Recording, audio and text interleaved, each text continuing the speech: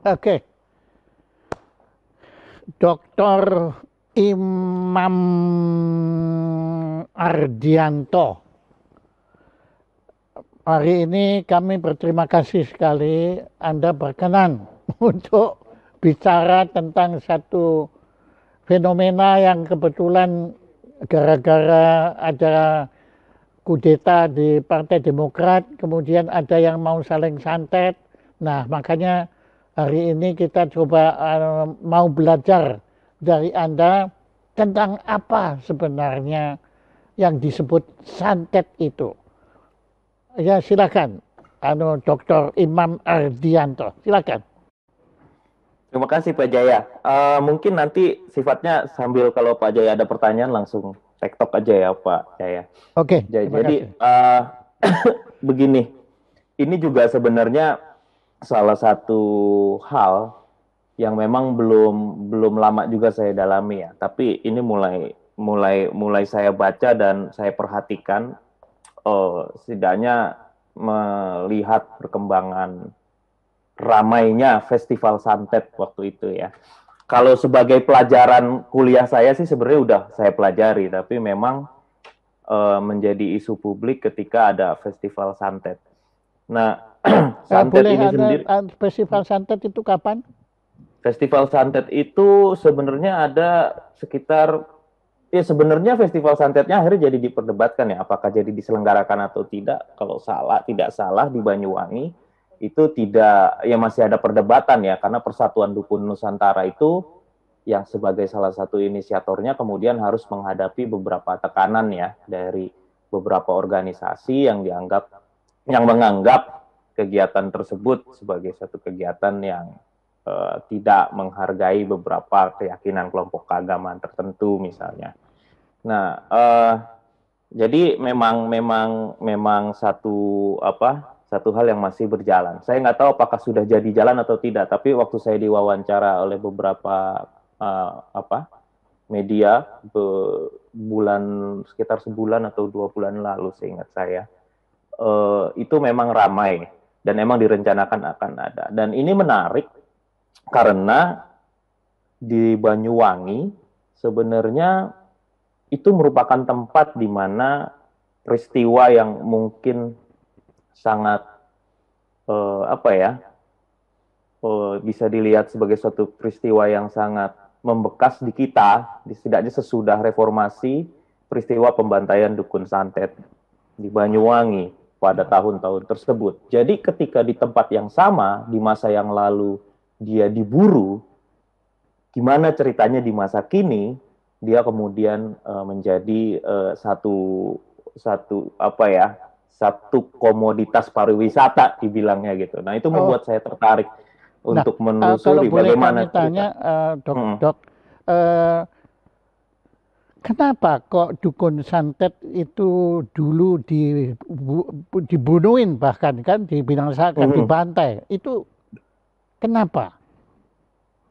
Ada banyak penjelasan memang, setidaknya beberapa ahli yang sudah melakukan studi di tempat tersebut, memang ada beberapa penjelasan. Ada penjelasan yang sifatnya konspirasi politik ya, dalam konteks periode politik yang sangat penuh turbulensi di masa itu, penuh ke situasi pasca Soeharto ya.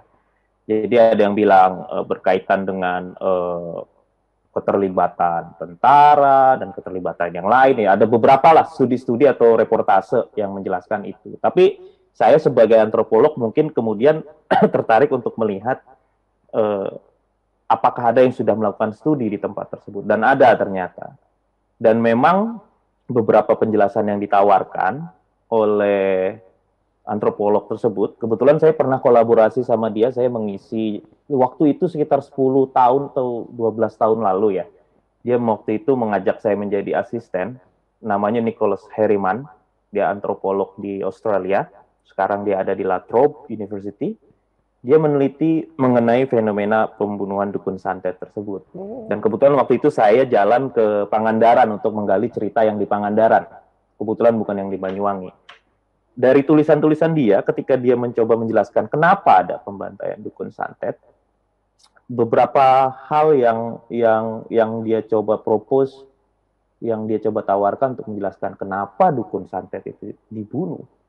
Sebenarnya ada kaitannya dengan periode turbulensi ya, periode peristiwa pembantaian dukun santet menurut Nicholas Harriman tidak terjadi hanya sesudah 98. Oh. Jadi berdasarkan studi dia tahun 65, di periode tersebut peristiwa itu juga terjadi di beberapa tempat di Indonesia, terutama di Pulau Jawa, dan di periode Revolusi Indonesia ya, di periode kemerdekaan, di masa agresi militer, itu juga banyak hal-hal yang terjadi. Jadi yang bisa disimpulkan dari kenapa kemudian muncul di satu periode tertentu dukun santet itu punya muncul ke publik dan kemudian diburu, biasanya berkaitan dengan kondisi yang tidak menentu, dan kondisi tidak menentu ini sebenarnya berakar juga pada persoalan kekosongan power. Jadi periode-periode di mana bayangan society mengenai order, mengenai tertatanya situasi ya, keharmonisan dan ke kondisi yang equilibrium gitu ya di suatu masyarakat itu tengah muncul. Nah, itu salah satu penjelasan tersebut. Penjelasan lainnya tentu karena memang ada pengetahuan budaya yang masih terus berlanjut yang bisa digunakan jika ada periode tersebut gitu ya. Meskipun bisa jadi di periode lain ada juga peristiwa-peristiwa tersebut, tapi terutama di periode-periode yang penuh turbulensi political ekonomi, fenomena-fenomena seperti itu muncul.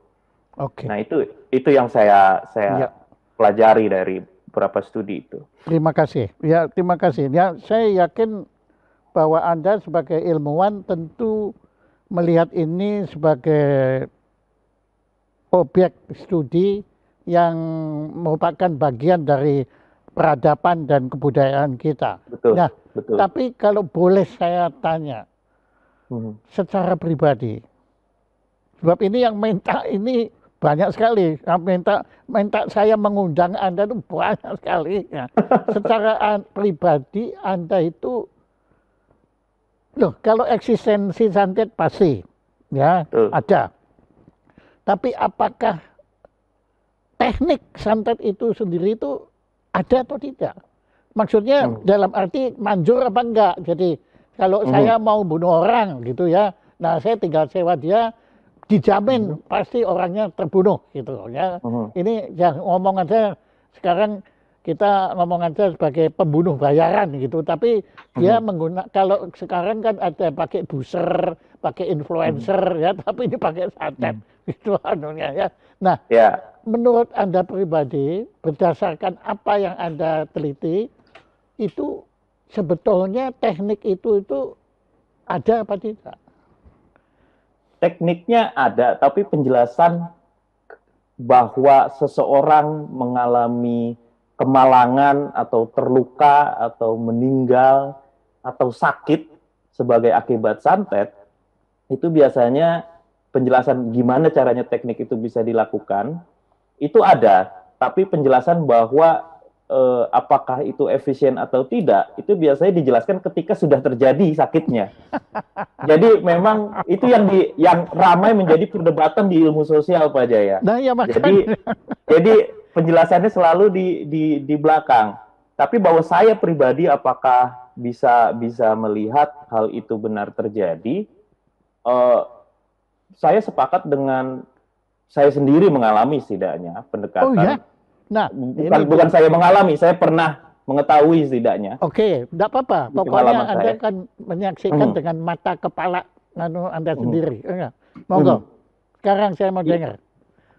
Ya, persis. Makanya karena itu, mungkin biasanya kan kita mengetahui santet atau pelet misalnya dulu, setidaknya di masa kecil saya ya, daerah suburban di Tangerang ya, Pak Jaya ya. Itu biasanya ada perang santet itu kan ditandai dengan bintang yang entah itu merah atau biru. Anda lihat jadi sendiri? Saya tidak sempat melihat kalau yang itu, tapi bahwa bahwa ada kemudian keesokan paginya testimoni dari beberapa orang di sekitar rumah saya, dan kemudian ada yang memang mengalami gejala-gejala penyakit seperti itu yang ditandai oleh tanda-tanda yang dianggap mewakili simptom dari santet, itu memang ada. Jadi, tapi yang jadi dulu saya mengamati itu sebagai suatu fenomena dari sudut pandang anak-anak tentunya ya. Jadi saya melihat fenomena itu benar adanya seperti itu.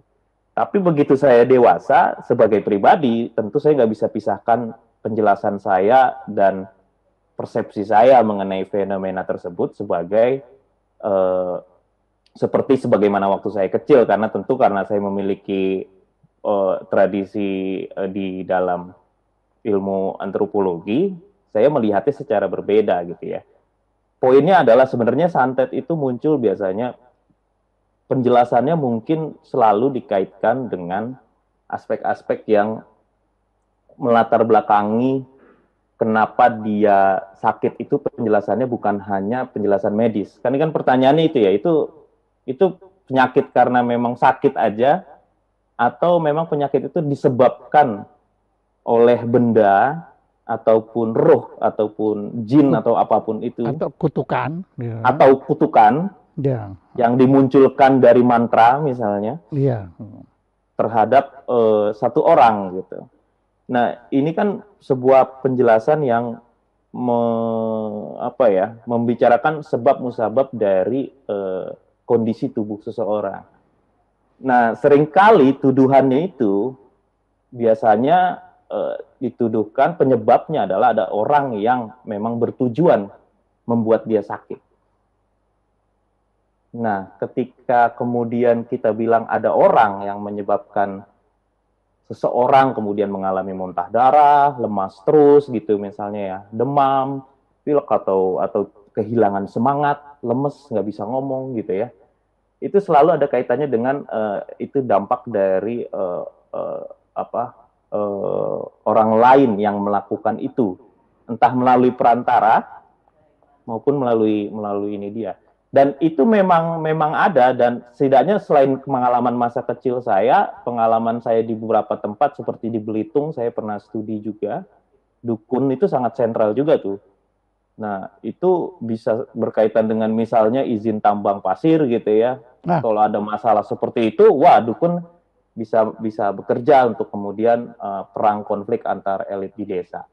Dan memang itu terjadi, dan seringkali saya mungkin seperti pendapat orang pada umumnya ya, sistemnya kan orang mungkin berpikir percaya tidak percaya. Cuman kata percaya tidak percaya ini kan ambivalen ya, Pak Jaya. Ini percaya atau tidak percaya gitu kan.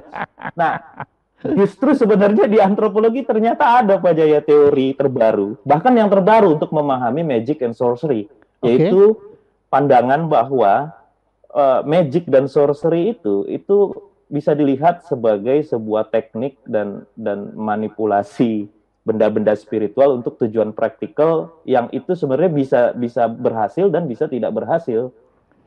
Nah, ketika tidak berhasil, bagi yang tidak percaya akan melihat bahwa ya memang tidak efektif. Jadi memang magic itu tidak pernah sepenuhnya berhasil. Dan ketika tidak berhasil, bisa beda-beda penjelasan tiap orang. Mungkin akan ada orang yang akan melihat dari perspektif sains, ya ini namanya juga tahayul gitu ya. Tapi bagi orang yang memiliki pengetahuan budaya yang sangat sudah dipegang teguh, dia akan berpikir bahwa teknik-teknik pelaksanaan yang salah. Iya, atau kebetulan yang sasarannya lebih sakti ketimbang santet. Nah, di Gayo misalnya, di Gayo sering kayak begitu Pak Jaya. Penelitiannya John Bowen tuh kayak gitu. Jadi bisa dikembalikan. Tapi kata kunci Anda ambivalen itu saya setuju sekali. Karena begini, itu tahun berapa ya? Tahun 90-an saya pernah bersama Cak Nurholis Majid. Dr. Nurholis Majid diundang pada satu seminar tentang santet. Ya. Nah, saya dengan Pak Kholis itu dari pihak yang tidak percaya santet. Tapi panitianya pinter, mereka mendatangkan tidak tanggung-tanggung, yaitu tokoh begawan santet Ki Gendeng Pamungkas. Itu kita berhadapan itu saya dengan kita ngeroyok Ki Gendeng Pamungkas. Kemudian saya bilang begini, saya nggak percaya, pokoknya saya nggak percaya ya kalau Anda bisa nyantet saya ya. Loh Pak Jaya kenapa enggak percaya? Enggak, saya pokoknya enggak percaya. Nah, sekarang kalau Anda memang Anda sanggup nyantet, sanggup. Nah, terus saya bilang gini, saya nyantet siapa? Santet saya. Nah, saya bilang begitu. Saya santet gitu, santet saya sekarang. Tapi, nah ini ambivalennya saya. Sambil bilang gitu, tapi jangan lama-lama saya bilang. Itu kan menunjukkan munafik kan saya.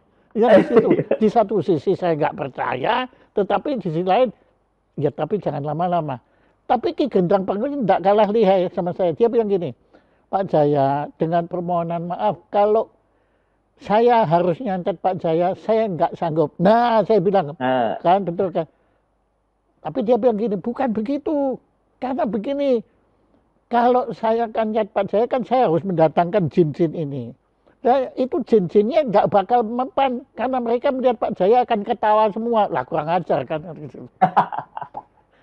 Nah, itu sekedar penjelasan bahwa dari dulu sebetulnya saya sangat memperhatikan ini. Cuma ya itu tadi Anda benar.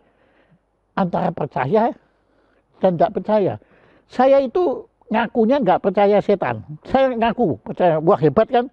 Tapi kalau suruh jam 12 malam, suruh ke kuburan sendirian, No. Kan munafik saya di sini. Jadi saya kira itu antropolog modern itu sudah mengakui bahwa betulnya ya toh bahwa mereka mau percaya ya gimana, mau tidak percaya ya gimana, situ. Nah, sekarang mungkin pertanyaan saya kepada Anda lagi. Kalau Anda pernah studi di Prancis. Dan Prancis kan dekat sekali dengan Haiti.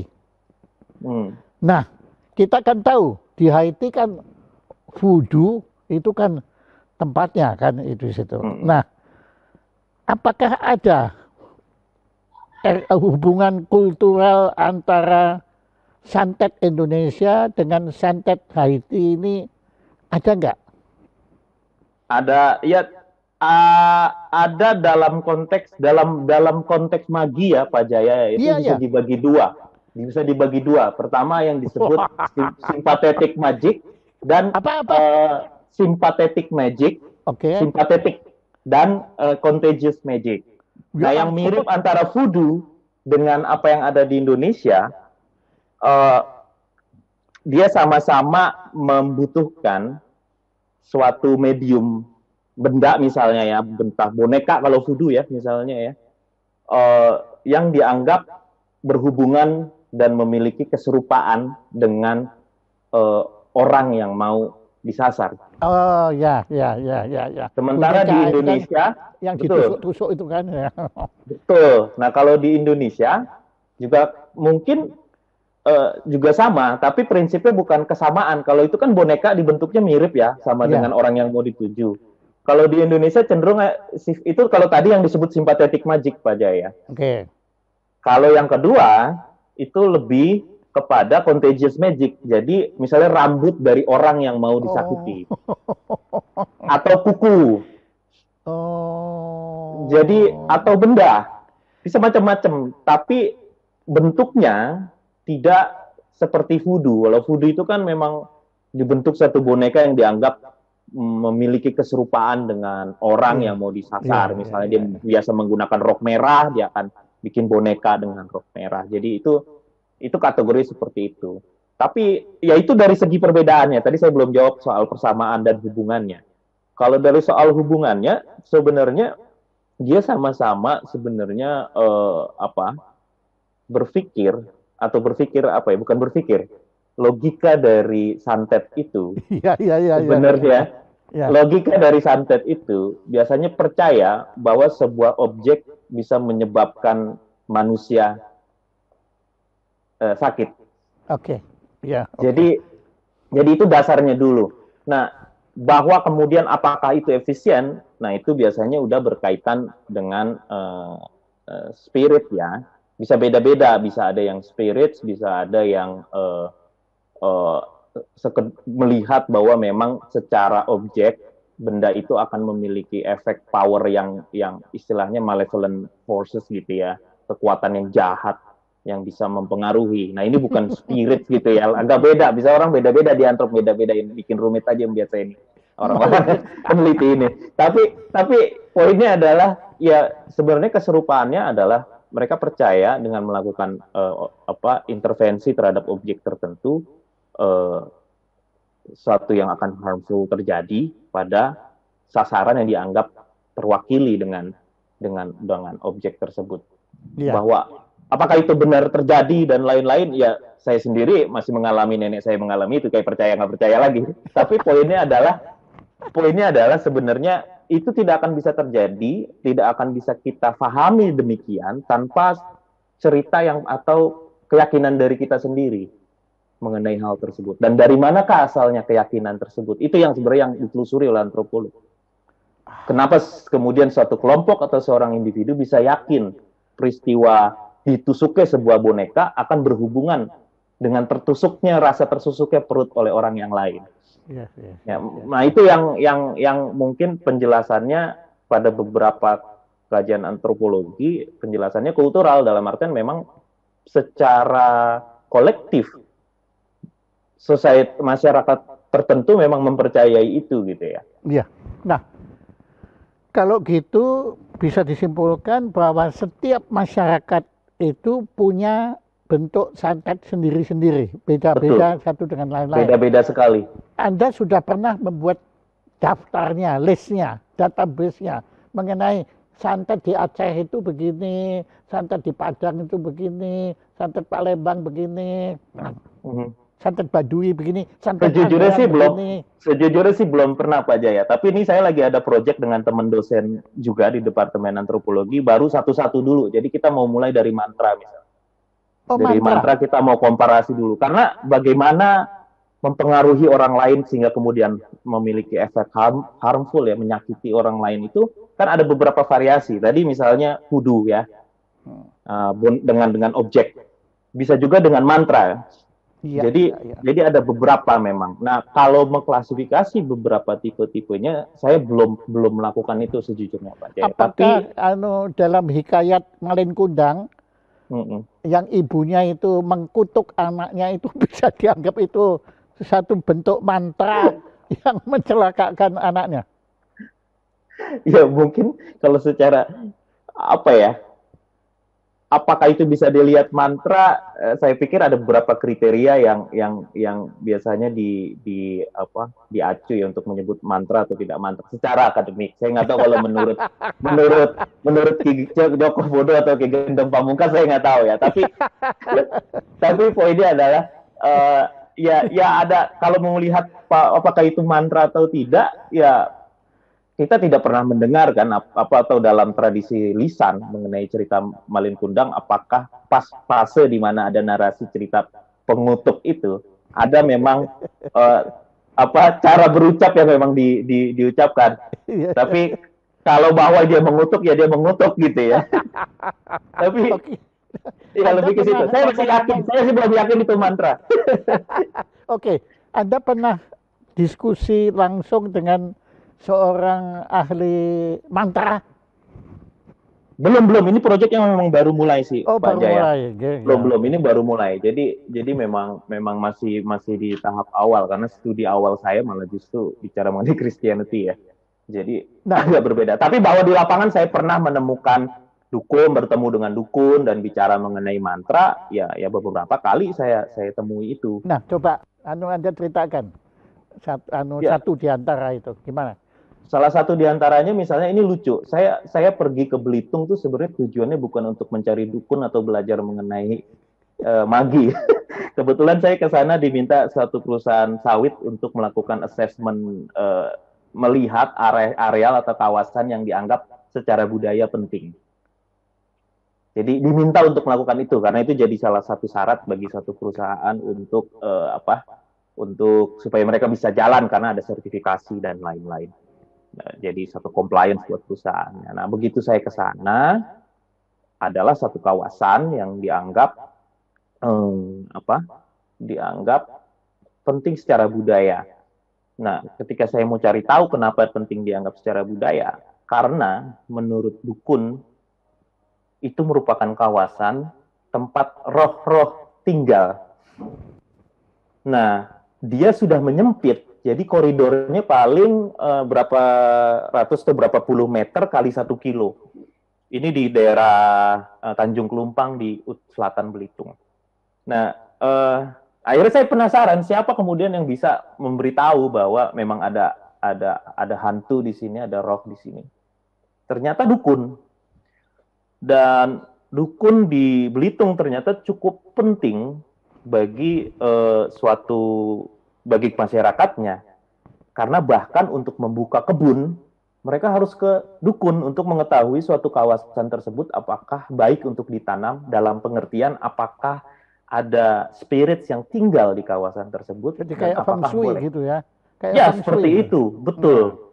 Nah, itu dukun setiap membuka dan memberikan penjelasan kepada orang yang ingin membuka kebun di suatu kawasan yang rekomendasi. Dia memberikan izin lokasi gitu. Dia memberikan izin lokasi dengan beberapa mantra. Jadi saya sendiri sempat ngelihat, dan maksudnya itu sebenarnya salah satu medium awal sebetulnya untuk kemudian berkomunikasi dengan spirits yang ada di desa tersebut. Jadi ada daun, saya lupa detail daun-daunnya. Pokoknya ada beberapa komponen yang harus disiapkan, dan komponen-komponen tersebut sebenarnya digunakan untuk kemudian mempersuasi spirits yang ada di kawasan tertentu untuk kemudian memberikan tempat tersebut kepada beberapa keluarga, misalnya mau membuka lahan di tempat tersebut. Nah, itu ada saya lihat waktu itu, dan memang masih relevan gitu ya. Maksudnya dalam artian mantra tersebut masih digunakan. Nah, memang waktu itu saya nggak record secara ini karena waktu itu agenda saya memang bukan itu, tapi lucunya ternyata itu relevan karena kawasan yang dianggap sebagai tempatnya spirits kan semakin menyempit dengan adanya tambang pasir, perkebunan sawit. Jadi kawasan yang tadinya dipikir tempat dari spirits itu dianggap menyempit gitu ya. Dan beberapa tempat memang terkadang membutuhkan dukun untuk membuka kawasan. Nah, sehingga ketika saya diminta untuk mendefinisikan di mana kawasan yang secara kebudayaan penting, itu bukan hanya penting secara kebudayaan bagi manusianya sebenarnya, tapi bagi spiritsnya. Karena dukunnya berpikir bahwa kalau kawasan itu dirubah, dikonversi lahannya, ya akan ada efek-efek ya. Makanya ini lucu, karena ada spirit yang tadinya lebih ke arah hulu sungai, misalnya di Tanjung Kelumpang ke arah Simpang Pesak nama daerahnya, sekarang harus ke Muara. Nah, banyak dukun yang juga kemudian mengalami persoalan untuk mengatasi ini karena dianggap spiritsnya terdislokasi ya. Jadi bukan hanya penduduk manusianya gitu ya, seperti situs Jati Gede harus berpindah. Dan sebenarnya yang di Jati Gede juga seperti itu, Pak Jaya. Waktu saya sempat ke Jati Gede, waktu itu kita mendampingi mahasiswa untuk studi penelitian etnografi. Narasi semua itu cerita mengenai perpindahan dari spirits dan efeknya terhadap manusia yang masyarakat yang ada di sekitar tersebut, tempat tersebut. Ya. Bagus. Ya. Pak, saya suka karena ya dengan sendirinya Anda kan mau tidak mau juga berpihak ke masyarakat adat kan jadinya. Ya, nah itu yang penting. Nah begini, sekarang saya minta penjelasan Anda ya sebagai seorang antropolog. Saya kan pernah mempergelar satu konser di teater Taman Ismail Marzuki, di teater Jakarta itu. Ya, konsernya menampilkan beberapa pemusik. Nah, kemudian kami sudah diperingatkan supaya sebelum pergelaran harus selamatan dulu. Ya, sebab kalau tidak nanti ya itu spiritnya akan minta ganti rugi. Ya, anunya situ. Ya, tapi seperti biasa saya karena di samping mau ngirit ya juga ya arogan, tidak percaya, ya mengaku tidak percaya. Akhirnya terjadi anunya enggak apa-apa, jalan lancar semua. Saya pikir loh, enggak ada apa-apa kan? Tapi kemudian saya ada satu karya yang dimainkan oleh violin, kemudian saya mengiringinya dengan piano. Kemudian juga diperingatkan, hati-hati loh ya.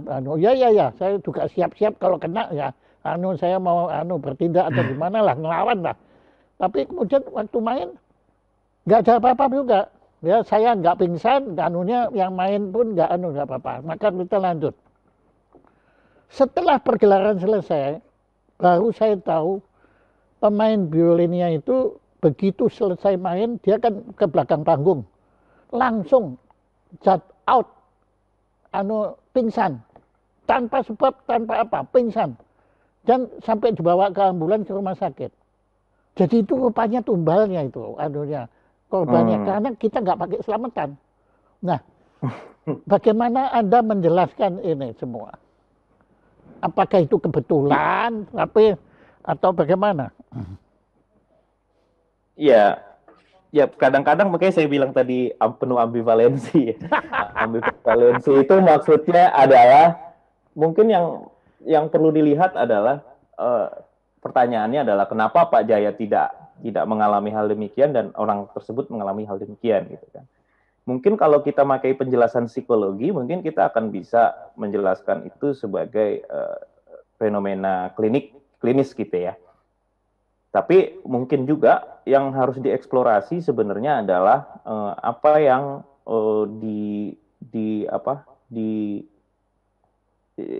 difahami oleh orang yang merasakan hal tersebut. Nah, seringkali orang yang itu kan saya tanya, ya, dia tuh nggak sadar. Betul-betul nggak sadar. Dia bangun, dia sudah itu dibawa ke ICU di rumah sakit tertentu. Dia bangunnya di sana, dia nggak, doh, saya kok di sini. Dan dia tidak sakit apa-apa. Ya. Nggak ada, maksudnya kemudian jantung atau apa, enggak. Dia kemudian secara klinis nggak ada apa-apa ya, Pak Jaya. Iya, nah itu makanya. Ya, kalau seorang antropolog akan menjelaskan ini, mungkin tidak akan membahas apakah itu benar rohnya merasuki atau tidak gitu ya. Tapi bagaimana Pak Jaya, orang-orang yang menyarankan supaya ada selamatan, dan orang-orang yang ada di sekitar itu kemudian memandang peristiwa tersebut dan mengalami peristiwa tersebut. Jadi kita nggak bakal ini, tapi bahwa kemudian pasti sesudah kejadian beberapa orang yang ada di lokasi tersebut berubah, misalnya dari yang nggak percaya jadi percaya nggak percaya, itu menunjukkan bahwa kerasukannya si pemain violin itu sebagai sebuah fenomena kolektif dan jadi cultural, meskipun semuanya tidak merasakan ya, Pak Jaya ya. Tapi maksudnya sesudah itu akhirnya histeria massal. Ya. Jadi tidak jadi histeria massal. Beda sama yang saya temui di Jati Gede. Jadi ada pentas tarian 1000 tarian di Waduk Jati Gede. Karena dulunya kan desa itu merupakan desa Cipaku, itu merupakan desa tempat ziarahnya beberapa orang di daerah Sumedang, dan dianggap tempat asal muasal orang Sumedang. Ada namanya Prabu Aji Putih. Jadi itu salah satu tempat perziarahan beberapa orang kepercayaan Sunda. Nah, begitu waktu itu yang jadi histeria massal. Yang terjadi adalah histeria massal, dan yang terjadi akhirnya. Kemudian yang menariknya adalah, kalau ini yang menarik bagi antropolog tidaknya, itu sesudah hal tersebut terjadi adalah perdebatan dari beberapa orang dalam melihat fenomena tersebut. Misalnya yang dari pesantren melihat fenomena ini seperti apa. Tolong Anda jelaskan kejadian histeria massalnya itu dalam bentuk bagaimana? Tolong Anda jelaskan. Oh ya, kerasukan. Jadi Pak Jaya bisa lihat sendiri di record di YouTube fenomena itu. Jadi ini adalah tarian bagi orang yang masih percaya dengan tradisi dan melihat bahwa relevansi leluhur dalam melihat mana tarian yang boleh dan tidak boleh, bagaimana bentuknya, ini dianggap sebuah pelanggaran misalnya. Karena ini kan dikaitkan misalnya dengan turisme. Dan memang yang terjadi adalah histeria massal, dan emang ini kan sebenarnya reka cipta tari, Pak Jaya. Jadi memang ambil dari beberapa komponen dari sini, dari sana, dan kemudian dilakukan di tempat yang dianggap sacred gitu ya, sakral. Nah, ya itu juga menarik ya untuk melihat bahwa ada beberapa tokoh agama yang di situ yang melihat ya itu persoalan kelelahan dan jadinya histeria. Tapi ada yang bilang ya itu adalah kemarahan dari pelanggaran atas tabu tersebut gitu.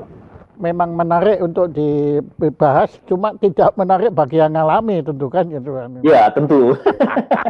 Tentu. Nah, mengenai apa yang terjadi pada Pilpres yang lalu.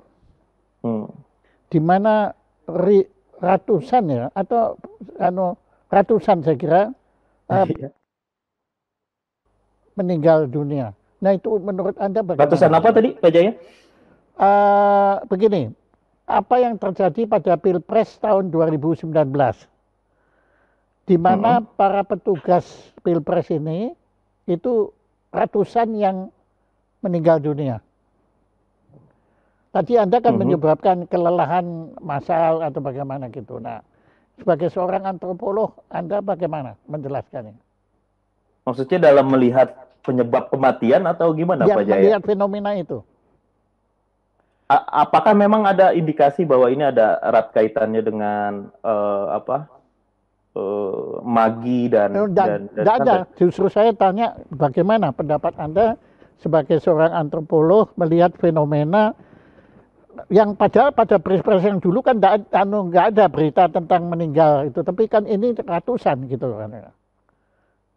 Ya, mungkin penjelasan itu butuh data ya. Maksudnya bagaimana saya kemudian bisa memahami bagaimana penyebab kematian dalam konteks pilkada 2019. Tapi bahwa kemudian media massa dan publik kemudian melihat hal tersebut sebagai satu fenomena yang kok dulunya nggak ada, sekarang ada. Nah, itu yang sebenarnya memiliki keserupaan dengan penjelasan mengenai witchcraft atau santet. Karena apa? Karena ada kelompok sosial, entah katakanlah misalnya suatu media dan kampanye yang bisa jadi melatar belakangi kenapa ada accusation seperti itu gitu, bahwa ada penyebab tertentu dari kematian ini. Nah, ini kan juga yang terjadi di dalam kasus pembunuhan anak-anak perempuan di Salem di Massachusetts gitu. Jadi itu kan cerita mengenai Salem witch hunt itu sebenarnya itu kan narasinya adalah penjelasannya ada kaitannya dengan bagaimana institusi court-nya, institusi pengadilan di masa itu membuka pintu untuk mengadili witchcraft gitu ya. Maksudnya ada lembaga ataupun suatu tempat publik yang kemudian mengedepankan suatu fenomena kematian dalam bingkai tertentu. Nah, sebenarnya itulah witchcraft. Karena witchcraft itu biasanya selalu diawali oleh accusation. Dan accusation itu dilakukan secara sosial di pengajian, di apa, untuk menjawab penyebab dari suatu kematian yang dianggap janggal misalnya. Nah, mungkin ada keserupaan di situ ya, Eli. Iya. Ada analogi. Nah, begini. Judul pertemuan hari ini kan bukan hanya santet. Kalau santet kan bergeraknya di bidang kehidupan yang umum. Tapi kan ada yang bergerak di bidang asmara, yaitu pelet. Nah, itu tolong Anda jelaskan. Apa sih pelet itu? Saya sebenarnya waktu diminta saya agak kaget, waduh termasuk pelet nih. Tapi menarik juga karena saya dengan kolega saya di Departemen Antropologi, salah satu dosen baru sebenarnya, dia baru saja memberikan saya presentasi dia di Leiden mengenai jimat. Jadi mengenai rajah.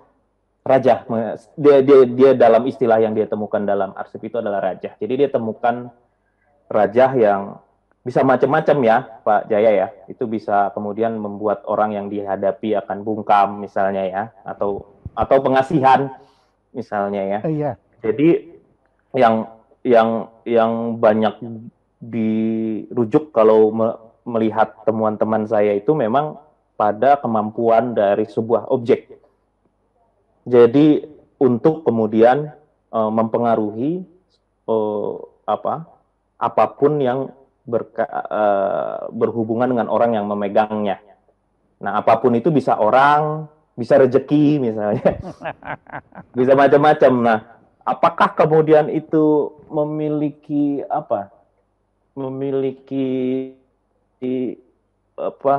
manfaat dan betul-betul memberikan itu? Nah, itu yang mungkin bisa jadi sangat berkaitan dengan konteks-konteks konteks-konteks kepercayaan lagi-lagi balik lagi ke soal penjelasan mengenai kenapa, kalau tadi kan kita bicarakan kenapa orang mengalami kemalangan. Iya. Kalau sekarang adalah kenapa orang mengalami keberuntungan. Jadi jadi memang seperti yang telah saya sebutkan tadi, ada yang saya sebutkan percaya nggak percaya itu kalau dalam istilah antropologinya good bad theory. Jadi taruhan yang baik, teori mengenai taruhan yang baik. Jadi bisa jadi raja itu dipegang karena belief, dia ikhtiar misalnya, kemudian dia akhirnya memperoleh apa yang dia tuju, yang sebenarnya penyebabnya ada rangkaian-rangkaian tindakan dia yang memang mengantarkan dia pada pencapaian itu, keberhasilan itu. Ya. Tapi bukan berarti kemudian hanya itu penyebabnya, karena kalau kemudian dia percaya dan dia memegang jimat itu di waktu itu, dia akan melihat sebab akibat dari adanya benda tersebut ke keberuntungan, atau bukan keberuntungan sebenarnya, keberhasilan dia. Ya. Dan ini kan bisa macam-macam ya Pak Jaya. Iya. Bisa orang kemudian suka, bisa mendapatkan rezeki, bisa kesembuhan, bisa macam-macam. Ya, jadi sebetulnya jimat itu adalah alat untuk memperkuat kepercayaan terhadap kemampuan diri sendiri. Tanpa iya toh? Ya, betul, tapi bisa jadi by unconscious ya. Maksudnya dia juga percaya bahwa tanpa ikhtiar, tanpa tindakan dan kemampuan dia, itu tidak bisa dilakukan. Jadi dia juga bisa jadi orang yang memang memegang jimat raja atau apapun itu, percaya bahwa misalnya suatu keberhasilan hanya bisa dilakukan dengan langkah-langkah tertentu. Tapi bahwa dia tahu itu sangat vulnerable, bisa jadi tidak jadi, dia akhirnya membutuhkan satu objek tertentu. Makanya jika gagal ya sudah, jika berhasil berarti ini berhasil. Nah, itu yang disebut good bad theory, teori taruhan yang bagus gitu. Nah, jadi itu bisa macam-macam. Bisa macam-macam dia. Itu ada beberapa sebutkan itu. Saya yakin dari publik ada yang bertanya atau mereka semua sudah ketakutan karena kena santetnya Anda, semua nggak berani tanya. Mungkin saya bawa raja pengasihan Pak Jaya. Jadi ini raja Anda bikin orang bungkam, nggak bisa bertanya semua. Nah, oke. Terima kasih Dok. Nah, gini, kan tentu saja saya kan bertanya, saya belum mencakup semua yang Anda ketahui. Nah, tolong sebagai penutup Anda coba berkisah tanpa menjawab pertanyaan saya, tapi karena Anda merasa itu perlu kita ketahui semua. Kan yang penting sekarang bagaimana kita menghadapi fenomena santet, pelet ini, bagaimana kita sebaiknya bersikap sebagai masyarakat yang beradab, begitulah. Silakan. Baik, terima kasih Pak Jaya. Ya, sebenarnya saya ada beberapa yang memang ingin saya jelaskan dari sudut pandang saya dalam mensikapi fenomena santet ya. Jadi fenomena santet ini kan seringkali dilihat secara peyoratif ya, dianggap satu hal yang buruk, terbelakang, primitif, penyembah setan dan lain-lain. Nah, tapi mungkin kita juga harus melihat kenyataan bahwa di Indonesia terdapat keanekaragaman memahami. Sebenarnya bukan santet aja ya. Kalau santet itu terjemahan ke istilahnya memang harmful ya, karena itu sorcery. Tapi ada juga yang sebenarnya sifatnya magi, yang itu belum tentu harmful. Nah, jadi dekat dengan yang pelet tadi. Cuman kalau pelet kan bergantung pada satu objek, tapi jika itu berkaitan dengan kegiatan yang lain itu bisa saja melalui mantra atau doa ataupun baca-bacaan atau macam-macam.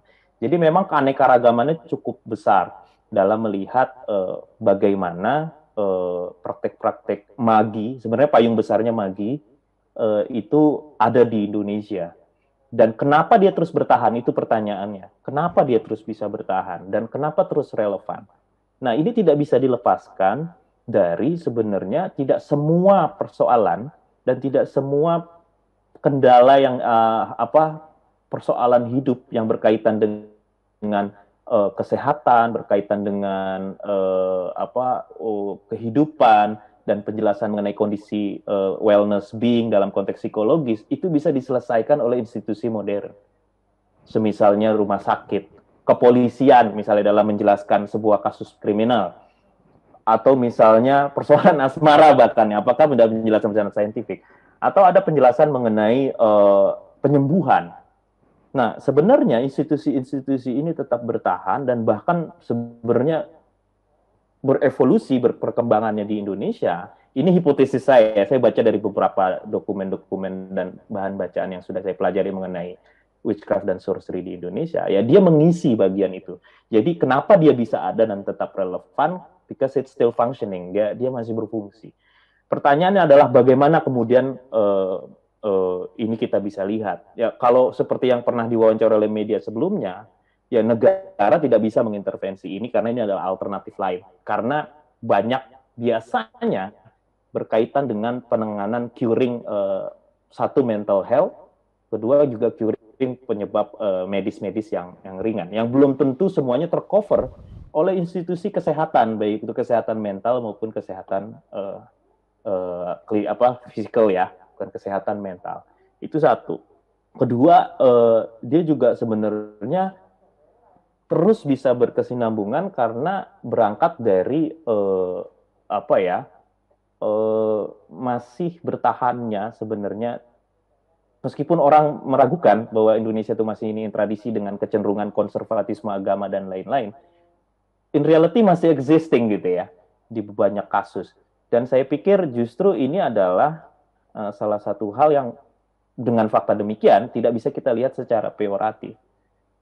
Bahwa jadi itu yang mungkin harus dilihat dalam melihat fenomena santet dan pelet. Terlepas ada fraud, terlepas ada orang yang memang niatnya memanipulate gitu ya. Tapi tidak bisa kita ingkari temuan-temuan etnografi di beberapa tempat melihat relevansi dari praktek-praktek demikian. Dan bukan berarti juga sebenarnya itu hanya berkaitan dengan kepercayaan lokal atau identitas adat. Karena Islam dan Christianity pun sebenarnya pada batas-batas tertentu di beberapa tempat ya, sebenarnya juga masih ada yang meskipun tidak lagi merujuk kekuatan dari magi dan pengaruh spiritual healingnya dari spirit leluhur atau spirit yang dianggap ada di wilayahnya, sekarang kan kemudian di rerouting ke ini ya, ke mana, ke kosmologi agama besar tersebut. Misalnya Islam atau Christianity. Ya Christianity yang sekarang populer kan apa? Yang healing, yang testimonial. Injili Pentekostal. Indonesia yang Islam juga kalau kita lihat pagi-pagi Ustadz Danu gitu ya. Juga menyembuhkan gitu kan. Jadi ini juga nggak bisa kita lihat dukun pelet ini sebagai fenomena yang primitif, ada di komunitas-komunitas yang secrecy kayak gitu ya. Karena fenomena magi, fenomena menggunakan seseorang ataupun benda untuk menolong seseorang atau harming, bisa juga harming. Itu sebenarnya masih ada dan masih relevan. Dan itu tidak bisa kita ingkari bahwa karena memang apa yang kita bayangkan sebagai masyarakat yang modern, dalam hal ini rumah sakit, kepolisian misalnya dalam menangani ini, tidak semuanya bisa menjawab dan mengcover itu semua. Jadi oleh karena itu, menurut saya, cara kita melihat magi, dukun, santet, pelet, ada namanya swangi, liso di Palivina, itu semua sebenarnya adalah warisan-warisan dari masa lalu yang bisa jadi memiliki efikasi, jadi socially functioning karena dia mengatasi hal-hal tersebut. Oleh karena itu, mungkin dari segi posisi saya ya dalam mensikapi hal tersebut, mungkin kita tidak bisa lagi nih melihat fenomena ini sekedar sebagai sebuah fenomena praktek belief yang kekanak-kanakan, atau yang kita lihat sebagai peyoratif. Karena in reality dia functioning. Mungkin di situ ini saya, Pak Jaya. Bagus sekali. Saya menangkap benar dan saya setuju sekali. Terutama istilah pejoratif Anda itu. Betul. Seperti Anda tahu kan, pencitraan itu kan sekarang kesannya kan pejoratif sekali kan. Tetapi kalau kita renungkan, kalau pencitraannya baik, pencitraannya menolong rakyat miskin, ya melestarikan masyarakat adat, so what? Ya toh? Ya, maka tadi Anda benar sekali. Sebenarnya apapun kearifan peradaban ini itu kan merupakan alat, termasuk jimat. Itu kan alat. Lah pisau kan alat. Kalau pisau saya pakai untuk membunuh, jelas buruk. Tapi kalau pisaunya itu dipakai oleh seorang ahli bedah untuk membedah seperti empedu saya ini kan sudah diambil. Kalau nggak pakai pisau kan nggak bisa. Ya, nah itu kan jadinya hasilnya bagus kan. Jadi menurut saya ya Anda benar sekali. Entah itu namanya santet, apa pelet atau apa sirup, aji sirup atau apapun. Tapi kalau tujuannya seperti tadi ada di rumah sakit umpama dokter sudah menyerah. Dan saya alami ada seorang tante saya itu sudah dinyatakan dinyatakan sudah hopeless. Kita semua sudah siap-siap karena pasti dia akan meninggal. Tapi mendadak tahu-tahu tante saya ini bermimpi. Dia sudah mati, kemudian karena dia seorang Nasrani, dia naik surga, ketemu Yesus Kristus, kemudian disuruh kembali. Nah kemudian beliau cerita, ya kita juga, ya, tapi beliau sembuh, ya sudah, ya kita ya terima kasih, tuh mau percaya apa nggak percaya sudah nggak penting lagi. Magi tidak membutuhkan komitmen keimanan biasanya. Nah, ya. Jadi saya senang sekali karena Anda, ya jelas Anda dididik di Perancis, di Jerman. Jerman itu bangsa yang paling nggak percaya nggak percaya tahayul itu. Kalau Inggris, wah percaya itu. Denmark juga. Tapi Anda ternyata masih bisa berpikir secara bijak dan arif lah mengenai apapun yang terjadi di dunia ini. Nah, sebetulnya yang paling penting kita bisa memetik hikmah dari apa yang Anda sampaikan. Silakan. Anda punya kepercayaan apapun, Anda punya agama apapun, Anda punya keyakinan apapun, Anda punya ilmu apapun, tapi gunakanlah ilmu itu untuk kepentingan sesama manusia. Bukan untuk menyengsarakan manusia, tetapi menyejahterakan manusia. Dr. Imam Ardianto yang sangat saya hormati, saya nggak punya aji santet, nggak punya pelet, ya. Punyanya saya cuma piagam yang sangat-sangat sederhana. Nanti kami kirim, ya, dan kirimnya juga pakai Grab, bukan pakai mantra atau apa, ya, pada Anda. Ya, pakai ucapan terima kasih. Anda telah berkenan menjadi narasumber acara ini. Ya, terima kasih. Sama-sama. Tepuk tangan. Sama-sama Pak Jaya. Terima kasih atas kesempatannya.